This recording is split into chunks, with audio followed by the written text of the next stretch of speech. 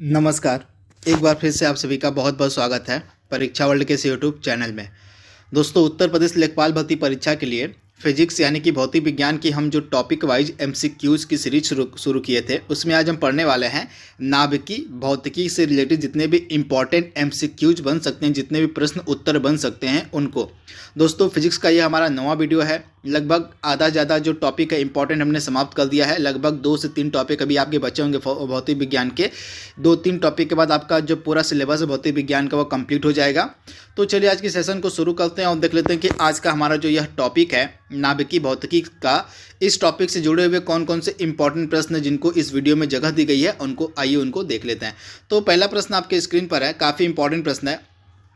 आपको बताना है कि इसमें से कौन सा जो युग्म है वह सुमेलित नहीं है। आपसे पूछा गया यहाँ से कौन सा युग्म सुमेलित नहीं है, आपसे पूछा गया, यहाँ पे नहीं होना चाहिए था। तो आइए देख लेते हैं इसको। तो मेसान की खोज किसके द्वारा की गई थी? तो आप ध्यान दीजिएगा, मेसान की जो खोज है हिडेकी युकावा के द्वारा की गई थी। तो पहला तो आपका बिल्कुल सही दिया गया, मेसान की खोज की थी हिडेकी युकावा ने। उसके बाद पॉजिट्रॉन की खोज किसने की थी? तो पॉजिट्रॉन की खोज की गई थी किसके द्वारा? तो CD एंडरसन और UF हेस के द्वारा। तो दूसरा ऑप्शन भी आपका बिल्कुल सही दिया गया है। इसके बाद सूर्य तथा तारों के ऊर्जा उत्पादन का जो सिद्धांत है यह दिया गया था HA बेथे के द्वारा। तो तीसरा भी आपका कथन बिल्कुल सही दिया गया है। लेकिन आपका जो चौथा ऑप्शन दिया गया है पारा यूरेनियम तत्वों का जो संश्लेषण यह एनरिको फर्मी ने नहीं दिया था। तो यहाँ पे चौथा आपका गलत हो जाएगा, सही सुमेलित नहीं है चौथा आपका। तो यहाँ पे आप सही सुमेलित क्या होगा, इसका सही आंसर क्या होना चाहिए था? तो एनरिको फर्मी की जगह आपका राइट आंसर क्या हो जाएगा?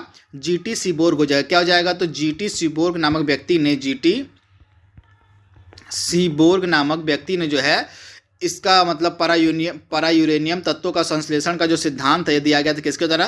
तो आप ध्यान से याद कर लीजिएगा, GT सीबोर्ग के द्वारा। तो आप इसे याद रखिएगा, यहाँ पे चौथा ऑप्शन आपका सुमेलित नहीं था।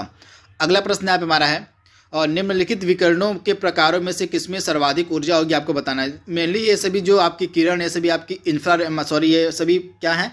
तो ये सभी आपकी विद्युत चुंबकीय किरणें हैं। क्या है? तो ये सभी आपकी विद्युत चुंबकीय किरणें हैं चारों। तो आपको बताना है कि इन चारों विद्युत चुंबकीय किरणों में सबसे अधिक जो ऊर्जा है, सबसे अधिक जो एनर्जी है वो किसमें देखने को मिलेगी। काफ़ी इंपॉर्टेंट प्रश्न है। तो मैं आपको बता देता हूं कि कौन सी विद्युत चुंबकीय किरण में कितनी एनर्जी होती है, उस हिसाब से आप इस प्रश्न को सॉल्व कर लेंगे। तो सबसे ज़्यादा जो एनर्जी आपको देखने को मिलेगी गामा रेज में सबसे ज़्यादा। फिर उसके बाद आपको मिलेगा एक्स रे मिलेगी। गामा रेज के बाद आपका एक्स किरणें हो गई, और एक्स किरणों के बाद आपकी जो पराबैंगनी किरणें होती है यानी कि अल्ट्रा वायलेट रेज होती है, उनमें सबसे अधिक ऊर्जा होती है। फिर उसके बाद पराबैंगनी किरणों के बाद आपका दृश्य प्रकाश जो होता है, दृश्य प्रकाश में जो है सर्वाधिक ऊर्जा होती है। दृश्य प्रकाश के बाद आपका आंसर आपका आता है अवरक्त विकिरण होती है यानी कि जो आपकी इंफ्रारेड होती है, उनमें सर्वाधिक ऊर्जा होती है। उसके बाद इंफ्रारेड के बाद आपका माइक्रोवेव आता है, और सबसे लास्ट में आपकी रेडियो वेव्स आती है यानी कि रेडियो वेव्स की जो एनर्जी होती है सबसे कम होती है। तब इसे ध्यान दीजिएगा। तो दिए गए ऑप्शन में आपका गामा रेज दिया गया, तो गामा रेज यहाँ पे नहीं दिया गया है, तो आपका आंसर क्या हो जाएगा? एक्स रे हो जाएगा। अगर गामा रेज आपका दिया होता तो गामा रेज सर्वाधिक आपका सटीक आंसर होता, क्योंकि गामा किरणों की जो ऊर्जा होती है वो सबसे अधिक होती है। लेकिन गामा किरणें आपके ऑप्शन में नहीं है, तो आपका आंसर क्या हो जाएगा? एक्सरे में जो है सर्वाधिक ऊर्जा आपको देखने को मिलेंगी। तो आप इसे ध्यान से याद कर लीजिएगा। ये सभी जो किरणें आपकी हैं ये सभी विद्युत चुंबकीय किरणें हैं, तो आप इसे याद कर लीजिएगा। अगला प्रश्न यहाँ पे हमारा है, सूर्य पर जो ऊर्जा का निर्माण होता है किसके कारण होता है, आपसे पूछा गया है। तो काफ़ी सिंपल सा प्रश्न है। इस प्रश्न का हमारा आंसर क्या हो जाएगा? नाभिकीय संलयन की अभिक्रिया के कारण जो है सूर्य में ऊर्जा का निर्माण निरंतर होता रहता है। तो आप इसे ध्यान दीजिएगा, ऑप्शन आपका जो बी है यहाँ पे बिल्कुल सही हो जाएगा। नाभिकीय संलयन की प्रक्रिया के कारण जो है सूर्य में ऊर्जा का निर्माण होता रहता है। तब इसे ध्यान दीजिएगा, इंपॉर्टेंट है। तथा नाभिकीय संलयन में होता क्या है? तो नाभिकीय संलयन में होता है कि जो हाइड्रोजन का नाभिक होता है वह संलयित होकर हीलियम का निर्माण करता है, यानी कि हाइड्रोजन का जो नाभिक है वह संलयित होकर हीलियम का निर्माण करता है, तथा यह प्रक्रिया निरंतर चलती रहती है और सूर्य में ऊर्जा का भंडार बनता रहता है। आप इसे ध्यान से याद कर लीजिएगा। और तारे जो अपनी ऊर्जा किस प्रकार से प्राप्त करते हैं आपसे पूछा गया है। तो तारे अपनी ऊर्जा को किस प्रकार से प्राप्त करते हैं? तो नाभिकीय संयोजन के फलस्वरूप जो है आपके जो और तारे होते हैं वे अपनी ऊर्जा को प्राप्त करते हैं। तो आप इसे याद रखिएगा। नाभिकीय संयोजन में क्या आता है? नाभिकीय संयोजन में आपका संलयन आ जाएगा, संलयन प्लस गुरुत्वीय संकुचन, संलयन प्लस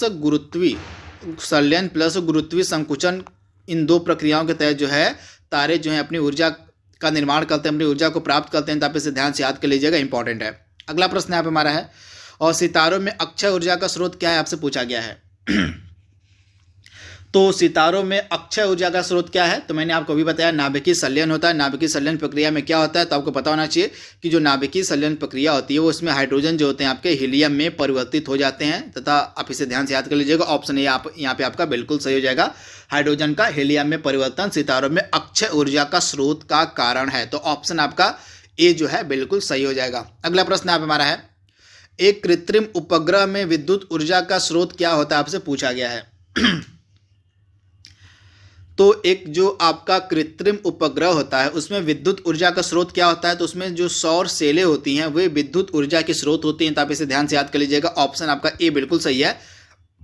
एक जो आपका क्या होता है कृत्रिम यानी कि आर्टिफिशियल जो सैटेलाइट होता है, इसमें जो है विद्युत ऊर्जा का स्रोत होती हैं सौर सेल। तो आप इसे ध्यान से याद कर लीजिएगा, इंपॉर्टेंट है, कई बार एग्जाम में यह प्रश्न पूछा गया है। ये सभी आपकी जो सौर सेलें होती हैं सिलिकॉन की बनी होती है। किसकी? तो ये सभी आपकी सौर सेलें किसकी बनी होती हैं? तो सिलिकॉन की बनी होती हैं। तथा इनका कार्य क्या होता है? ये जो है सिलिकॉन की जो सेलें होती हैं ये सौर ऊर्जा को विद्युत ऊर्जा में परिवर्तित करती हैं। तो आप इसे ध्यान से याद कर लीजिएगा। अगला प्रश्न आप हमारा है, निम्नलिखित में से कौन सा तत्व सोलर सेल में प्रयोग में लाया जाता है? आपसे पूछा गया है। तो सोलर सेल में किसका प्रयोग होता है? तो आप ध्यान से याद कर लीजिएगा, सिलिकॉन का। मैंने आपको अभी इसके बारे में बताया है। सोलर जो सेल होते हैं उसमें सिलिकॉन का इस्तेमाल होता है। तो सिलिकॉन का कार्य क्या होता है? ये सौर ऊर्जा को विद्युत ऊर्जा में परिवर्तित करता है। अगला प्रश्न आप हमारा है, फोटो उल्टी सेल का संबंध किससे है? तो फोटो मतलब यहाँ पे फोटो उल्टी जो सेल हैं इनका संबंध आपका किससे है? तो सौर ऊर्जा से है। तो ऑप्शन आपका यहाँ पे क्या सही हो जाएगा? ऑप्शन आपका यहाँ पे बी बिल्कुल सही हो जाएगा। फोटो उल्टी सेल का जो संबंध है, इनको हिंदी में हम कहते हैं सौर सेल या प्रकाश उल्टी सेल भी आप इनको कह सकते हैं, और इनका संबंध होता है आपका सौर ऊर्जा से। तो आप इसे ध्यान से याद कर लीजिएगा, इंपॉर्टेंट है। ऑप्शन आपका जो यहाँ पे बी है बिल्कुल सही है। ये जो आपकी फोटो उल्टी सेल होती हैं ये प्रकाश ऊर्जा यानी कि सौर ऊर्जा को सीधे विद्युत ऊर्जा में परिवर्तित करती हैं, बदलती हैं। तो आप इसे याद कर लीजिएगा। अगला प्रश्न यहाँ पे हमारा है, और भारत में प्रचुर मात्रा में उपलब्ध महत्वपूर्ण नाभिकीय ईंधन कौन सा है? आपसे पूछा गया है। तो भारत में सबसे अधिक मात्रा में कौन सा नाभिकीय ईंधन मिलता है? तो आप ध्यान से याद कर लीजिएगा, थोरियम जो है आपका भारत में सबसे अधिक मात्रा में देखने को मिलेगा। तो ऑप्शन आपका यहाँ पे क्या सही हो जाएगा? ऑप्शन आपका यहाँ पे जो बी है बिल्कुल सही हो जाएगा। यहाँ पे थोरियम आंसर होगा आपका। तो थोरियम यानी कि ऑप्शन बी आपका बिल्कुल सही हो जाएगा। थोरियम जो है भारत में सबसे अधिक मात्रा में पाया जाता है। तो आप इसे ध्यान से याद कर लीजिएगा। ऑप्शन जो आपका है यहाँ पे बी 100% सही है। यह एक प्रकार का परमाणु ईंधन है। यहाँ पे थोरियम ए वाला था, 9वां वाला था, तो इसे आप याद कर लीजिए। थोरियम जो है आपका एक प्रकार का परमाणु ईंधन है। तो आप इसे ध्यान से याद कर लीजिएगा। इसमें से आपको बताना है कि कौन सा तत्व परमाणु ईंधन की श्रेणी में नहीं आता। इंपॉर्टेंट प्रश्न है। तो इसमें से कौन सा ईंधन जो है परमाणु ईंधन की श्रेणी में नहीं आता है? तो आप ध्यान से याद कर लीजिएगा। इसमें से परमाणु ईंधन की श्रेणी में आपका जो कैडमियम है ये नहीं आता। कैडमियम की छड़ें जो है आपका इनका एक अलग इस्तेमाल होता है, तो ये परमाणु ईंधन की श्रेणी में नहीं आते हैं। तो आप ध्यान से याद कर लीजिएगा। इसमें से राइट आंसर आपका क्या हो जाएगा? कैडमियम की छड़ें जो हैं ये आपकी परमाणु ईंधन के रूप में काम में नहीं लाई जाती हैं। तो आप इसे ध्यान से याद कर लीजिएगा, इंपॉर्टेंट है। और ये इनका कार्य क्या होता है? न्यूट्रॉन मंदक के रूप में इस्तेमाल में लाए जाते हैं। किसके? तो न्यूट्रॉन मंदक के रूप में जो है आपकी, और ये परमाणु रिएक्टर जो होते हैं उनमें न्यूट्रॉन मंडक के रूप में जो आपकी कैडमियम की छड़ें होती हैं वो इस्तेमाल में लाई जाती हैं। तो आप इसे ध्यान से याद कर लीजिएगा। इसके अलावा आपका यूरेनियम हो गया, थोरियम हो गया और प्लूटोनियम हो गया, ये सभी आपके परमाणु ईंधन है। लेकिन आपका जो कैडमियम है यह परमाणु ईंधन नहीं है। तो आप इसे याद कर लीजिएगा। इसके बाद अगला प्रश्न आप हमारा है, निम्नलिखित में से किसका नाभिकीय ईंधन के रूप में प्रयोग नहीं किया जा सकता है? तो इसमें से आपका जो कैल्शियम है उसका प्रयोग जो है नाभिकीय ईंधन के रूप में नहीं हो सकता है, यानी कि ऑप्शन आपका सी यहाँ पे बिल्कुल सही हो जाएगा। अगला प्रश्न आप हमारा है, न्यूक्लियर बम बनाने के लिए निम्नलिखित में से किसका प्रयोग किया जाता है? तो न्यूक्लियर बम बनाने के लिए इसमें से जो है आपका यूरेनियम इस्तेमाल में लाया जा सकता है। तो ऑप्शन आपका जो ए है यहाँ पे बिल्कुल सही हो जाएगा। यूरेनियम जो है इस्तेमाल में लाया जा सकता है। अगला प्रश्न आप हमारा है, परमाणु बम किस सिद्धांत पर कार्य करता है? काफ़ी इंपॉर्टेंट प्रश्न है, बहुत बार रिपीटेड प्रश्न है। तो परमाणु बम और आपके हाइड्रोजन बम दोनों आपको याद रखने पड़ेंगे किस सिद्धांत पर कार्य करते हैं। तो परमाणु बम आपका जो है वह नाभिकीय विखंडन के सिद्धांत पर कार्य करता है। तो आप इसे ध्यान से याद कर लीजिएगा। नाभिकीय विखंडन के सिद्धांत पर आपका परमाणु बम कार्य करता है, और जो आपका हाइड्रोजन बम होता है वो नाभिकीय संलयन के सिद्धांत पर कार्य करता है। तो दोनों आपको याद रखना है। आपका परमाणु बम और हाइड्रोजन बम किस सिद्धांत पर कार्य करते हैं? कई बार एग्जाम में यह प्रश्न पूछा गया, तो इनके बारे में आपको याद रखना पड़ेगा। अगला प्रश्न आप हमारा है, और हाइड्रोजन बम किसने विकसित किया था आपसे पूछा गया है, इंपॉर्टेंट प्रश्न है। तो फादर ऑफ हाइड्रोजन बम यानी कि हाइड्रोजन बम का जनक किसे कहा जाता है, तो एडवर्ड टेलर को। ऑप्शन आपका यहाँ पे जो ए है बिल्कुल सही हो जाएगा, एडवर्ड टेलर को जो है हाइड्रोजन बम का जनक कहा जाता है। तो आप इसे ध्यान से याद कर लीजिएगा, इंपॉर्टेंट है। इसके बाद अगला प्रश्न यहाँ पे हमारा है, यूरेनियम के रेडियोधर्मी विघटन से अंतिम उत्पाद कौन सा मिलता है आपसे पूछा, यानी कि जो यूरेनियम का रेडियोधर्मी विघटन होता है उससे जो अंतिम उत्पाद प्राप्त होता है उसका नाम आपसे पूछा गया है। तो यूरेनियम के रेडियोधर्मी विघटन का जो अंतिम उत्पाद वो लेड यानी कि सीसा होता है। तो ऑप्शन आपका ए यहाँ पे बिल्कुल सही हो जाएगा, लेड यानी कि सीसा जो होता है यह अंतिम उत्पाद होता है यूरेनियम के रेडियोधर्मी विघटन का। तो आप इसे ध्यान से याद कर लीजिएगा, ऑप्शन ए आपका बिल्कुल सही हो जाएगा, सीसा यानी कि लेड। अगला प्रश्न यहाँ पे हमारा है, विद्युत उत्पन्न करने के लिए कौन सी धातु का प्रयोग होता है, इंपॉर्टेंट प्रश्न है। तो विद्युत उत्पन्न करने के लिए इसमें से कौन सी धातु का उपयोग होता है, तो आप ध्यान से याद कर लीजिएगा, यूरेनियम राइट आंसर आपका हो जाएगा। यूरेनियम का जो उपयोग है वह विद्युत उत्पन्न करने के लिए हो सकता है। तो ऑप्शन आपका जो यहाँ पे डी है बिल्कुल सही हो जाएगा, यूरेनियम। अगला प्रश्न यहाँ पे हमारा है, रेडियोधर्मी जो पदार्थ होते हैं निम्नलिखित में से क्या उत्सर्जित करते हैं आपसे पूछा गया है। तो रेडियोधर्मी पदार्थ क्या उत्सर्जित करते हैं, तो आपका राइट आंसर क्या हो जाएगा, अल्फा कण, बीटा कण और गामा किरणें जो हैं ये सभी उत्सर्जित करते हैं क्या, तो रेडियोधर्मी पदार्थ, यानी कि तीनों का उत्सर्जन जो है रेडियोधर्मी पदार्थों की तरह होता है। तो ऑप्शन आपका डी यहाँ पे बिल्कुल सही हो जाएगा, उपयुक्त सभी। अगला प्रश्न यहाँ पे हमारा है, और भारत का प्रथम जो है परमाणु संयंत्र कौन सा था आपसे पूछा गया है। तो आप ध्यान से याद कर लीजिएगा, भारत का जो पहला परमाणु संयंत्र था इसका क्या नाम था, इसका नाम था तारापुर। तो आप इसे ध्यान दीजिएगा, और तारापुर जो था यह भारत का पहला परमाणु संयंत्र था। तो ऑप्शन आपका ये बी जो है बिल्कुल सही हो जाएगा। ये कहाँ पे स्थित है, तो महाराष्ट्र में स्थित है आपका तारापुर। तो आप इसे ध्यान से याद कर लीजिएगा, इंपॉर्टेंट है। इसके बाद अगला प्रश्न यहाँ पे हमारा है, भारत के न्यूक्लियर रिएक्टर में कौन सा ईंधन प्रयुक्त होता आपसे पूछा गया है। तो भारत के न्यूक्लियर रिएक्टर में जो है आपका प्रयुक्त होने वाला ईंधन है यूरेनियम 238, यानी कि ऑप्शन आपका यहाँ पे जो बी है बिल्कुल सही हो जाएगा। यूरेनियम 238 का जो इस्तेमाल है वह और भारत के नाभिकीय रिएक्टरों में किया जाता है। तो आप ध्यान से याद कर लीजिएगा, इंपॉर्टेंट है यूरेनियम 238। अगला प्रश्न यहाँ पे हमारा है, और कल्पक्कम क्यों फेमस है आपसे पूछा गया है। तो कल्पक्कम आपको मिलेगा तमिलनाडु में, कहाँ पर, सबसे पहले इसकी अवस्थिति आप जान लीजिए, आपको मिलेगा तमिलनाडु में, और यह एक परमाणु शक्ति संयंत्र के कारण जो है फेमस है। तो आप इसे ध्यान से याद कर लीजिएगा, यह क्या है, तो यह एक परमाणु शक्ति केंद्र के कारण परमाणु शक्ति संयंत्र है, इसी कारण यह फेमस है आपका कल्पक्कम। यह आपको मिलेगा तमिलनाडु में। इसका एक अन्य नाम भी है जिसको हम कहते हैं इंदिरा गांधी परमाणु अनुसंधान केंद्र। तो आप इसे याद कर लीजिएगा, इंपॉर्टेंट है। इसके बाद अगला प्रश्न यहाँ पे हमारा है, इंदिरा गांधी आणविक अनुसंधान केंद्र कहाँ पर स्थित है। तो मैंने आपको बताया अभी इसके बारे में, यह आपको मिलेगा तमिलनाडु में, यानी कि ऑप्शन आपका जो बी है बिल्कुल सही हो जाएगा, तमिलनाडु। अगला प्रश्न यहाँ पे हमारा है, इसमें से आपको बताना है कि कौन सा सुमेलित नहीं है। तो पहला क्या दिया गया है, Indira Gandhi centre for atomic research, यह आपको मिलेगा कल्पक्कम में, बिल्कुल सही है। और atomic minerals directorate for exploration and research आपको मिलेगा हैदराबाद में, बिल्कुल सही दिया गया है। हरिश्चंद्र रिसर्च इंस्टीट्यूट आपका चेन्नई में नहीं है, बल्कि यह कहाँ पर है, तो यह आपका प्रयागराज में है। तो आपका आंसर होगा यहाँ पे क्या, तो ऑप्शन सी आपका सुमेलित नहीं था। आप इसे ध्यान से याद कर लीजिएगा, ऑप्शन सी आपका जो है यहाँ पे सुमेलित नहीं था। इसके बाद Saha institute of nuclear physics कहाँ पर है, तो कोलकाता में है। तो इस प्रकार से आपके ए, बी और डी सुमेलित थे, लेकिन आपका जो सी ऑप्शन था हरिश्चंद्र रिसर्च इंस्टीट्यूट, यह सुमेलित नहीं था। इसका आंसर होना चाहिए था आपका प्रयागराज। अगला प्रश्न यहाँ पे हमारा है, भारत में जो भारी जल है कहाँ पर बनाया जाता है। तो भारत में भारी जल का जो उत्पादन है वह ट्रॉम्बे में किया जाता है, यानी कि ट्रॉम्बे जो मुंबई में स्थित है, यहीं पर जो है भारी जल का उत्पादन होता है, यानी कि ऑप्शन आपका जो ए है बिल्कुल सही हो जाएगा, ट्रॉम्बे। अगला प्रश्न यहाँ पे हमारा है, और निम्नलिखित सूची को आपको सम्मिलित करना है। एक तरफ आपको परमाणु शक्ति केंद्र दिए गए हैं और उनकी अवस्थिति दी गई है, तो इनको आपको सम्मिलित करना है। तो आइए इनको सम्मिलित कर लेते हैं। कल्पक्कम मैंने आपको बहुत बार बताया, एक आपका क्या हो जाएगा, तमिलनाडु, यह 3 हो जाएगा। नरोरा उत्तर प्रदेश में है, तो बी का आपका 1 हो जाएगा। काकरापारा गुजरात में है, तो सी का आपका हो जाएगा 3 हो जाएगा। और ट्रॉम्बे महाराष्ट्र में है, तो आपका क्या हो जाएगा, डी का आपका हो जाएगा, सॉरी यहाँ पे सी का 2 है, 2 में गुजरात है। और डी का आपका क्या हो जाएगा, डी का 4 हो जाएगा, यानी कि 3, 1, 2, 4 आपका सही आंसर हो जाएगा। मैं एक बार फिर से बता देता हूँ, कल्पक्कम आपका तमिलनाडु में है, नरोरा आपका उत्तर प्रदेश में है, काकरापारा आपका गुजरात में है, और ट्रॉम्बे सामने सामने हो जाएगा आपका महाराष्ट्र में। इसमें से आपको बताना कि कौन सा सुमेलित नहीं है, जल्दी से इसका जवाब दीजिए आप। तो राजस्थान परमाणु ऊर्जा संयंत्र आपको कहाँ पर मिलेगा? उदयपुर में। तो जो कि यह गलत जवाब है, यहाँ पे एक गलत आंसर दिया गया है। यह उदयपुर में ना होकर रावत भाटा कोटा में है, तो आप इसे ध्यान से याद कर लीजिएगा। राजस्थान परमाणु ऊर्जा संयंत्र जो है आपका कहाँ पर है? तो रावत भाटा में। कहाँ? तो रावत भाटा, जो कि कोटा के पास है, यहीं पे आपको मिलेगा राजस्थान परमाणु ऊर्जा संयंत्र। तो पहला ही ऑप्शन आपका सुमेलित नहीं था। इस प्रकार बाकी तीनों आपके सुमेलित हैं। नरोरा आपको मिलेगा उत्तर प्रदेश में, मद्रास परमाणु ऊर्जा संयंत्र कलपक्कम में, कैगा परमाणु ऊर्जा संयंत्र आपका कर्नाटक में। तीनों नीचे के आपके सुमेलित, लेकिन पहला ऑप्शन आपका सुमेलित नहीं था। अगला प्रश्न आप हमारा है, कलपक्कम के फास्ट ब्रीडर टेस्ट रिएक्टर में प्रयुक्त ईंधन का आपको नाम बताना है। यानी कि कलपक्कम का जो फास्ट ब्रीडर टेस्ट रिएक्टर है, इसमें कौन सा ईंधन प्रयोग में लाया जाता है?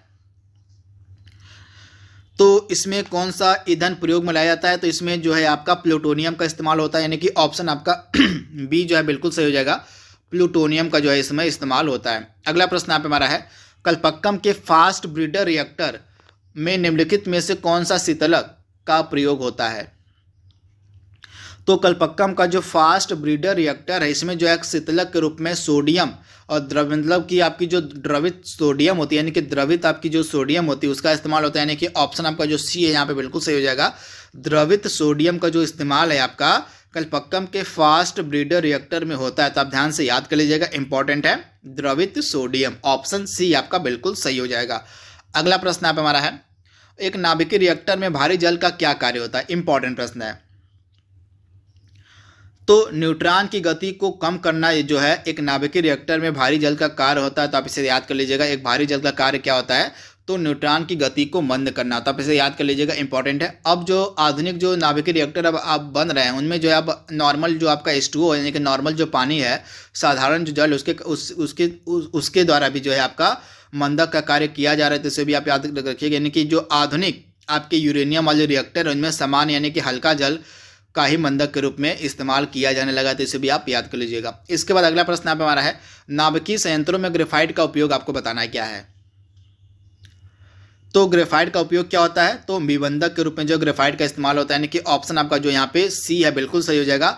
विमंदक के रूप में जो है ग्रेफाइट की छड़ें इस्तेमाल में लाई जाती हैं आपकी किसमें? तो नाभिकीय संयंत्रों में। तो ऑप्शन आपका जो सी है बिल्कुल सही हो जाएगा, विमंदक के रूप में। अगला प्रश्न आप हमारा है, नाभिकीय रिएक्टर में किसे मंदक के रूप में प्रयोग किया जा सकता है? तो इसमें से मंदक के रूप में आपके ग्रेफाइट का भी इस्तेमाल होता है और सादा पानी का भी अब इस्तेमाल होने लगा था। यानी कि आपका बी और डी जो है दोनों आंसर सही हो जाएगा। बी एंड डी आपका दोनों सही हो जाएगा। यानी कि वर्तमान में जो आपके आधुनिक संवर्धित यूरेनियम वाले रिएक्टर बन रहे हैं, उनमें जो है ग्रेफाइट का तो मंदक के रूप में इस्तेमाल होता ही होता है, लेकिन अब साधारण जो जल यानी कि H2O है उसका भी इस्तेमाल होने लगा। तो इसे आप ध्यान दीजिएगा। और पोखरण नाभिकीय जो परीक्षण 1974 था, इसका कोड आपसे पूछा गया, आधिकारिक कोड क्या था? तो प्रथम जो आपका पोखरण परीक्षण हुआ था, इसका आधिकारिक कोड क्या था? तो काफ़ी इंपॉर्टेंट प्रश्न है। इसका आधिकारिक कोड था आपका स्माइलिंग बुद्धा। यानी कि ऑप्शन आपका जो ए है बिल्कुल सही हो जाएगा। स्माइलिंग बुद्धा इसका ऑफिशियल कोड नेम था। तो आप इसे ध्यान से याद कर लीजिएगा। इस समय सरकार की इंदिरा गांधी थी और वर्ष था 1974 का और डेट थी आपकी 18 मई को। आप इसे याद कर लीजिएगा। 18 मई को जो है आपका प्रथम परमाणु परीक्षण किया गया था पोखरण, जिसको नाम दिया गया था स्माइलिंग बुद्धा। तो आप इसे याद कर लीजिए। कहाँ पर किया गया था? थार के मरुस्थल में। तो आप इसे ध्यान से याद कर लीजिएगा। अगला प्रश्न आप हमारा है, पोखरण 2 कब हुआ था? आपसे पूछा गया है। तो पोखरण 2 भी आपका पोखरण राजस्थान में हुआ था। इसको हम ऑफिशियल नाम इसका था ऑपरेशन शक्ति। आप इसे ध्यान से याद कर लीजिए। इसका नाम था ऑपरेशन शक्ति। और यह जो आपका परीक्षण था सेकेंड वाला पोखरण का हुआ था 11 मई 1998 को। तो दोनों आपको याद रखना है। एक हुआ था 18 मई 1974 को और दूसरा वाला हुआ था ऑपरेशन शक्ति हुआ था आपका 11 मई 1998 को। तो आप इसे याद कर लीजिएगा, इंपॉर्टेंट है। इस समय किसकी सरकार थी? तो अटल बिहारी वाजपेयी की सरकार थी। और भारत में परमाणु ऊर्जा विभाग की स्थापना कब की गई थी? आपसे पूछा गया है। तो अगस्त 1954 में जो है भारत में परमाणु ऊर्जा विभाग की स्थापना की गई थी। तो आप इसे ध्यान से याद कर लीजिएगा। अगस्त 1954 में जो है भारत में परमाणु ऊर्जा विभाग की स्थापना की गई थी तथा इसी को हम कहते हैं डिपार्टमेंट ऑफ एटॉमिक एनर्जी। तो आप इसे ध्यान से याद कर लीजिएगा, इंपॉर्टेंट है। तथा आगे चलकर 1967 में जब हमारे प्रधानमंत्री थे श्रीमती इंदिरा गांधी, इन्होंने इस परमाणु ऊर्जा विभाग का नाम बदल कर क्या कर दिया था? डॉक्टर होमी जहांगीर भाभा के नाम पर कर दिया गया था। भाभा एटॉमिक रिसर्च सेंटर यानी कि भाभा परमाणु अनुसंधान केंद्र यानी कि शॉर्ट फॉर्म इसको हम कहते हैं बार्क। इसका नाम कर दिया गया था 1967 में किसके सम्मान में? तो होमी जहांगीर भाभा के सम्मान में इस परमाणु ऊर्जा विभाग का जो नाम है 1967 में बदलकर कर दिया गया था बार्क यानी कि भाभा एटॉमिक रिसर्च सेंटर। तो आप इसे याद कर लीजिएगा, इंपॉर्टेंट है। इसके बाद आज का लास्ट प्रश्न हमारे यहाँ पे, भारत का पहला जो अनुसंधान रिएक्टर था अप्सरा, यह किस वर्ष शुरू हुआ था? आपसे पूछा गया है। तो भारत का पहला जो अनुसंधान रिएक्टर था अप्सरा, यह शुरू हुआ था कब? तो 1956 में। तो आप इसे ध्यान से याद कर लीजिएगा, 1956 में जो है अप्सरा की शुरुआत हुई थी। अब यह बंद हो चुका है, तो आप इसे ध्यान से याद कर लीजिएगा। ऑप्शन डी आपका बिल्कुल सही है। तो दोस्तों इस तरह से हमने टोटल 35 इंपॉर्टेंट MCQs को सॉल्व किया है नाभिकीय भौतिकी से रिलेटेड। आई होप ये वीडियो आपको पसंद आएगा। तो आज के लिए बस इतना ही। Thank you, thanks for watching, thank you.